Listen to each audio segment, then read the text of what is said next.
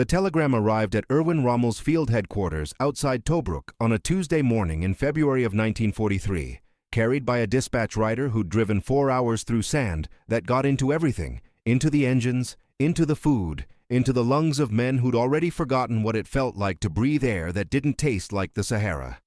Rommel read it once, set it down on his folding desk, and read it again.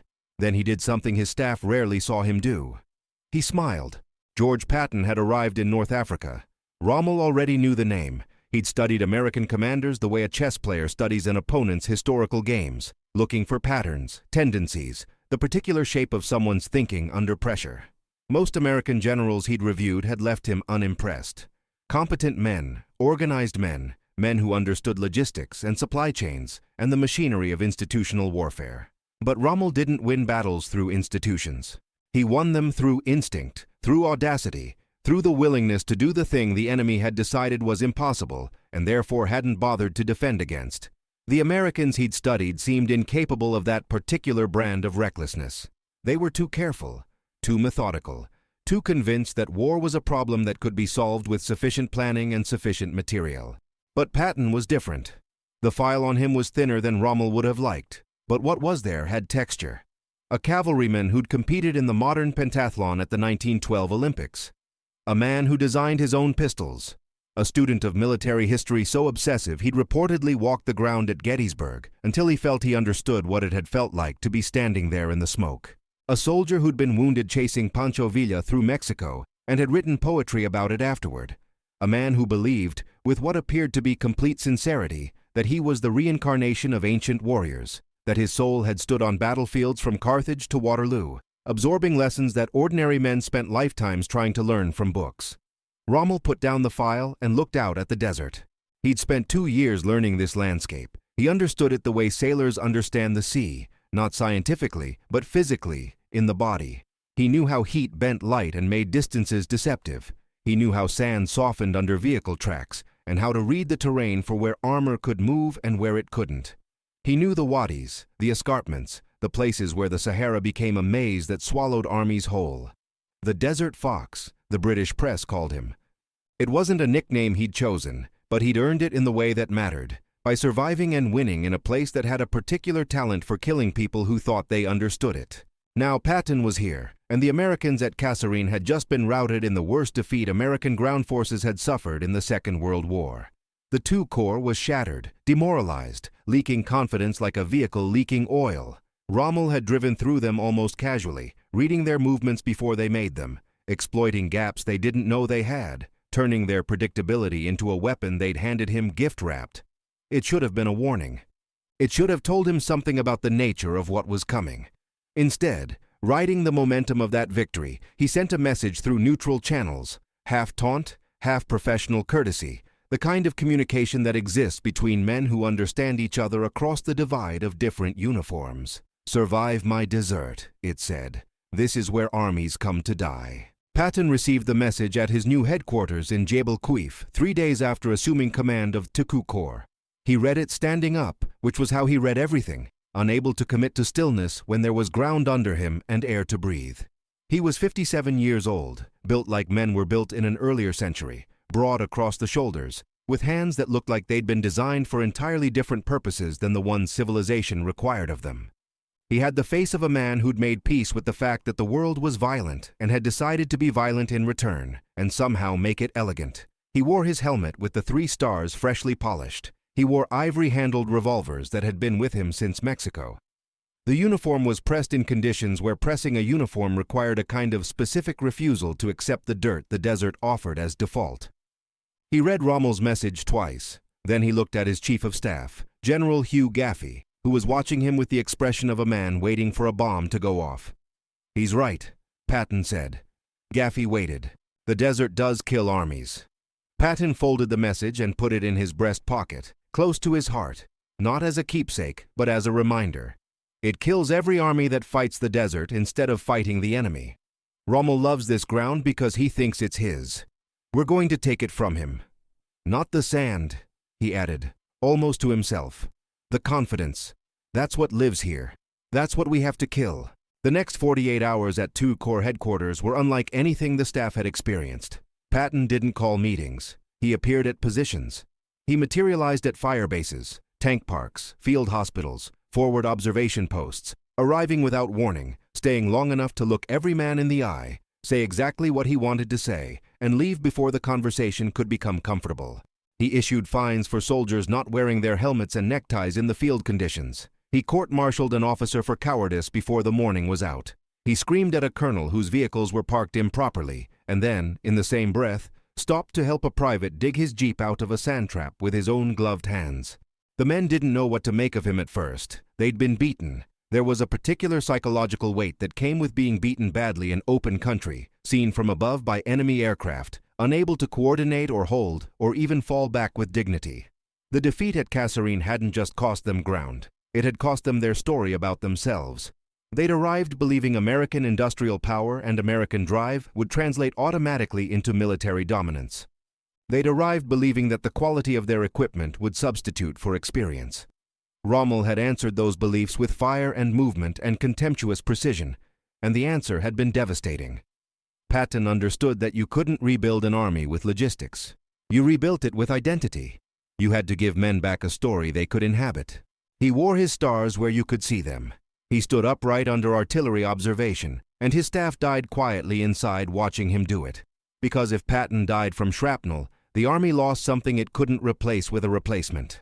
He moved forward, always forward, so that when men looked behind them, they saw their commanding general ahead of them, which eliminated a certain category of option.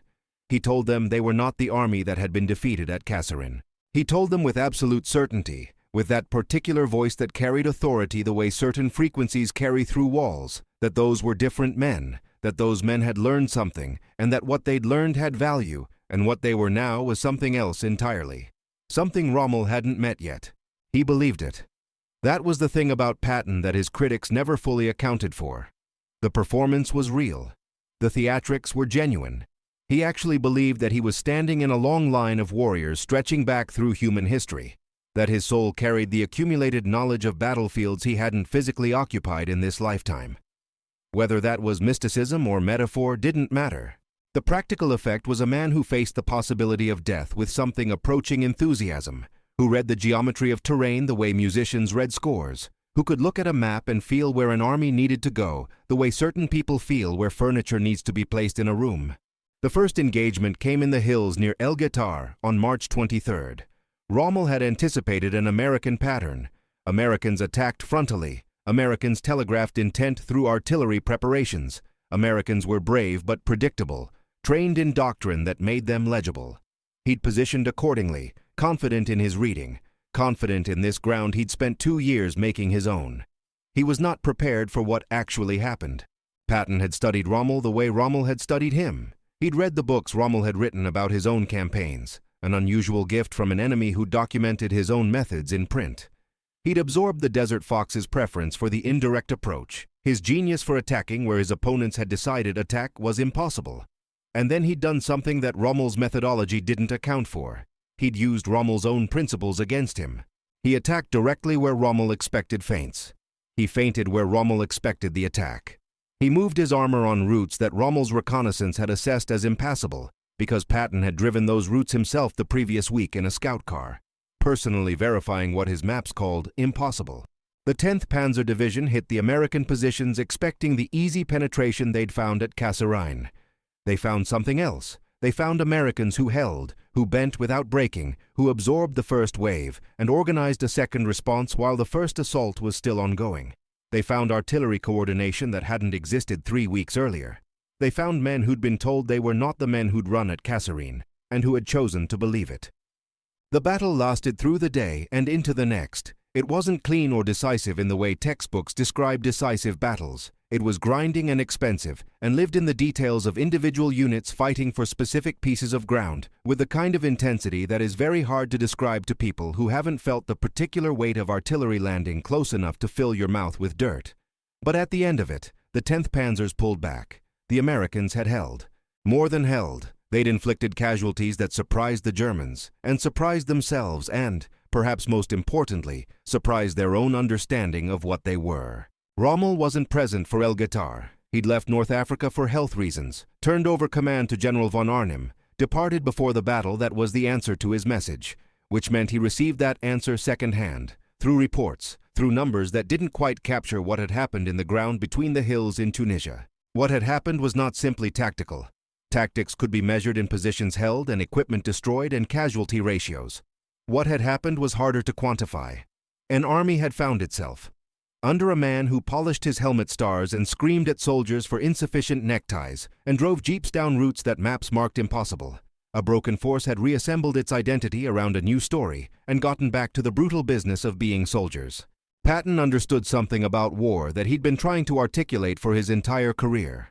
War was not primarily a physical contest.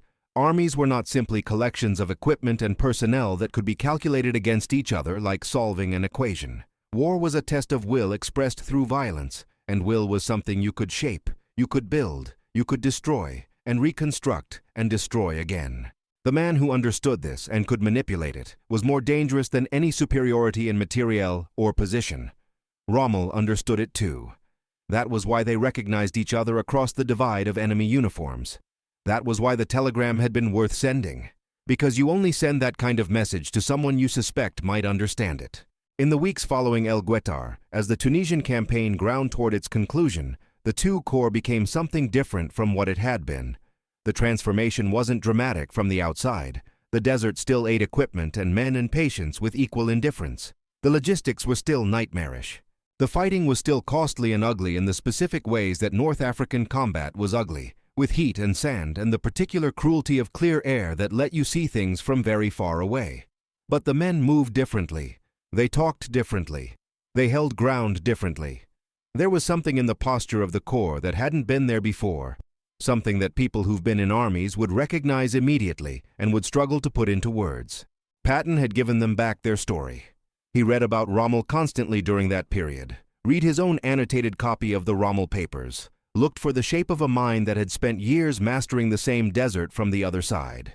He talked about Rommel the way certain athletes talk about rivals whose abilities they genuinely admire, with respect that had no warmth in it, the clean respect of people who understand what the other can do, and take that understanding seriously. He knew Rommel would have heard by now what happened at El Guettar. He knew Rommel would have adjusted his assessment. That adjustment was the victory he wanted acknowledged, more than any specific position on any specific map. You could take ground and lose it. You could win a battle and have a worse army afterward than you'd started with if the victory cost you the wrong things.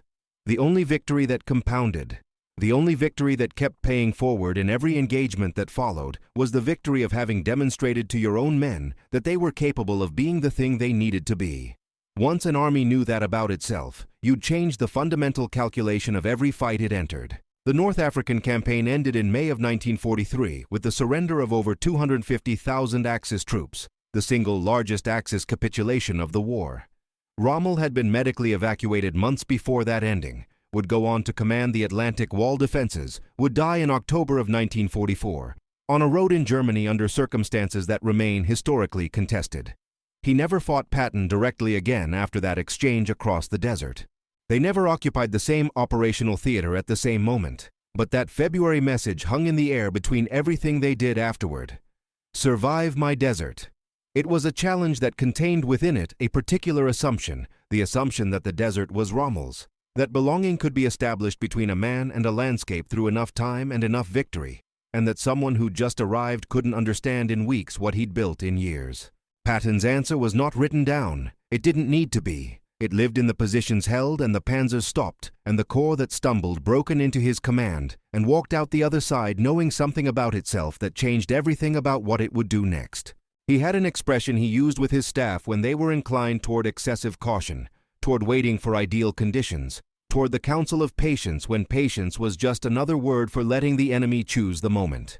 The object of war, he would say, is not to die for your country. The object is to make the other poor dumb bastard die for his. Rommel's genius was making the desert his weapon. He'd used it as a force multiplier, as an amplifier of his natural advantages, as a canvas for the kind of fluid, aggressive warfare that made him famously difficult to pin or predict. He'd offered the desert to Patton as a test, certain that a man new to this ground couldn't possibly have absorbed what 2 years of brutal schooling had taught him. What he'd misjudged was the kind of student Patton was. Patton had been studying battlefields his entire life, had walked them, had stood in the places where armies had broken and tried to feel what had broken them, had read every account he could find of every commander he could study. The desert was new to him in the physical sense. It was completely familiar to him in the essential sense, because the essential challenge of the desert was the same essential challenge of every piece of difficult ground in every war ever fought. It demanded that you stop fighting the environment and start using it. It demanded that you understand it faster than it could kill you. It demanded humility from men who'd been taught that confidence was everything, and audacity from men who'd been taught that caution was wisdom. Patton had spent 30 years learning to hold both of those truths at the same time. When Dwight Eisenhower wrote about Patton later, he used a specific word. He called him indispensable. Not brilliant, though he was. Not brave, though he was that too. Indispensable. The word of a man trying to describe something that didn't fit the normal categories, something that exceeded the job description, something that created outcomes that couldn't be produced any other way. The desert had been Rommel's home. He'd offered it as a killing ground, confident in his ownership, confident in the advantage of a man who knows the terrain against a man who's just arrived. He forgot one thing. The thing Patton knew, that he'd always known, that was stamped into the marrow of everything he did in uniform. Home is not where you've been. Home is where you're willing to bleed. And Patton had never in his life found ground he wasn't willing to bleed on.